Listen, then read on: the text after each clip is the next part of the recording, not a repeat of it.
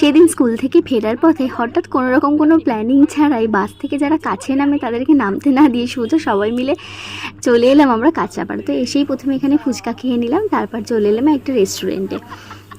তো এখানে এসে আমরা গেছিলাম ফুড প্লাজায়। তো সেখানে বসে এখানে ডিসাইড করা হচ্ছে কে কী খাবে। আর এদের দেখো খাবার ডিসাইড করা নেই, মারামারি লিটারেলি শুরু করে দিয়েছে এরা।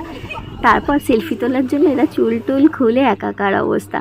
এই যে আমরা সবাই থাকলে এরকমই পাগলাম, এইরকমই মজা করি। তারপর আমরা এখানে অর্ডার করেছিলাম মিক্সড চাউমিন আর চিলি চিকেন। তো এটাই সবাই মিলে খেলাম।